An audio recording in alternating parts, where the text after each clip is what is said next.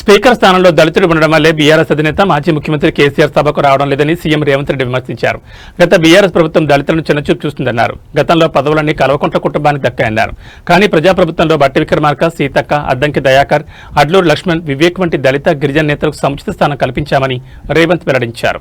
దళితులనైతే చంద్రశేఖరరావు గారు వారి పార్టీ అవమానించిందో ఆ దళితుడు ముందు నాకు మైకు కావాలి, మీరు కరుణించండి, మీరు దయ చూపండి, ఇన్నాళ్ళు నేను చేసిన పాపాలకు ఈనాడు శిక్ష అనుభవిస్తున్నానని మీ ముందల చేతులు కట్టుకునే విధంగా మిమ్మల్ని ఈరోజు స్పీకర్గా మా ఎమ్మెల్యేలందరూ మా పార్టీ తమని ఆ కుర్చీలో కూర్చోబెట్టారు అధ్యక్ష.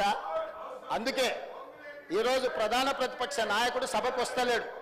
ఎందుకంటే ఒక దళితుడు ముందు నిలబడి నేను మైక్ అడగాలనా, ఒక దళితుడు పైన కూర్చుంటే నేను కింద కూర్చోవాలనా, దొరబిడ్డనై ఉండి దళితుడు ముందు కింద కూర్చోవడం ఏంది అని ఈరోజు సభకు రావడం లేదు. అది వారి విజ్ఞత, అది వారి ఆలోచన.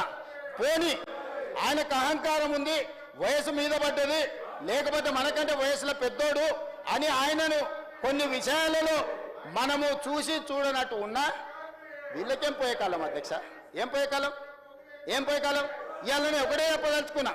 బట్టి విక్రమార్క గారు, అడ్లూరు లక్ష్మణ్ గారు, లేకపోతే వివేక్ గారు, లేకపోతే మా అన్న దామన్న గారు, రామచంద్ర నాయక్ గారు, లేకపోతే వేముల వీరేశం గారు, అద్దంకి దయాకర్కు మేమిస్తే వాళ్ళు ఎవరికి ఇచ్చారు అధ్యక్ష? చంద్రశేఖరరావు గారు, హరీష్ రావు గారు, రామారావు గారు, దయాకర్ రావు గారు, వినోద్ రావు గారు, కవితారావు గారు, సంతోష్ రావు గారు, ఇవన్నీ పుణ్యానికి నామినేటెడ్ పోస్టులు అధ్యక్ష. ఎన్నికల్లో నిలబడి గెలిచొచ్చుడు గురించి నేను మాట్లాడదలుచుకోలే. కానీ ప్రభుత్వ పెద్దగా అధినేతగా, పార్టీ అధినేతగా పెద్దగా నిర్ణయాలు చేసేటప్పుడు ఓ దామోదరరావుకు రాజ్యసభ ఇస్తాడు, ఓ సంతోష్ రావుకు రాజ్యసభ ఇస్తాడు, ఓ వినోద్ రావుకు ఓడిపోతే ప్లానింగ్ కమిషన్ వైస్ చైర్మన్ ఇస్తాడు. వీళ్ళు